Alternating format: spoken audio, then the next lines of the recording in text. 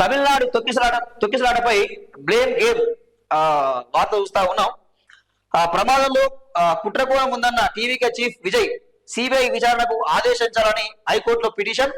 మరణాలకు టీవీకేనే కారణం డిఎంకే.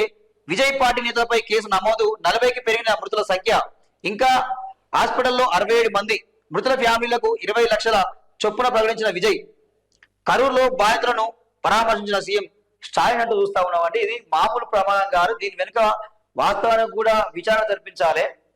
ఇక్కడ హీరో విజయ్ ప్రతిసారి సభలు పెట్టిన ప్రతిసారి కూడా లక్షల్లో కోట్లలో మంది వస్తా ఉన్నారు జనాలు.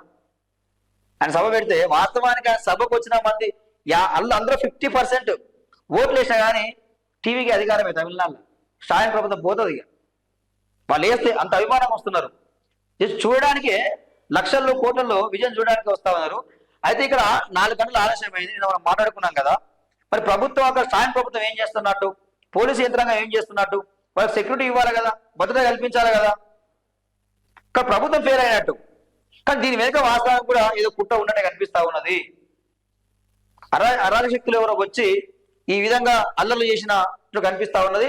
ఇప్పటికే టీవీకి అధినేత వాళ్ళ పార్టీ అక్కడ ఉన్న తమిళనాడు కోర్టులో కేసు వేసింది.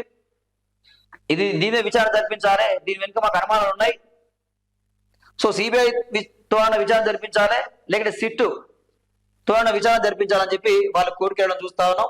ఎవరైతే మృతులు ఉన్నారో ఆ చనిపోయిన వారి కుటుంబాలకు హీరో విజయ్ 20 లక్షల చొప్పున నష్టపరిహారం ప్రకటించిండు, సానుభూతి ప్రకటిస్తా ఉన్నాడు. ఇది తీర్చని లోటు, తప్పదు, ఒక కుటుంబ సభ్యునిగా ఉండి ఆదుకోవాల్సిన బాధ్యత నా మీద ఉంటుంది కాబట్టి నేను ఇది ఇస్తున్నా అని చెప్పి ఆయన ప్రకటించడం మనం చూస్తా ఉన్నాం.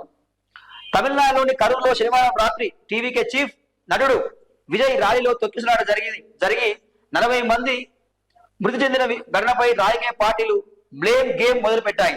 ఈ ఘటన వెనుక కుట్రకోణం ఉందని సిబిఐ విచారణకు ఆదేశించాలంటూ టీవీకే హైకోర్టులో పిటిషన్ దాఖలు చేయగా తొక్కిసలాటకు విజయ్ తో పాటు ఆ పార్టీ నేతలే కారణమంటూ అధికార డిఎంకే పార్టీ ఆరోపించింది. అధికారులు పోలీసులు నిర్లక్ష్యం వల్లే తొక్కిసలాట జరిగిందని, ఇది సీఎం స్టాలిన్ ప్రభుత్వ వైఫల్యమేనని అన్నా డిఎంకే విమర్శలు గుప్పించింది. మరోవైపు తొక్కిసలాట ఘటనలో మరో 2 మృతి చెందారు. శనివారం 38 మంది మరణించగా ఆదివారం నాటికి మృతుల సంఖ్య 40కి చేరిందంటూ మనం వార్త చూస్తా ఉన్నాం.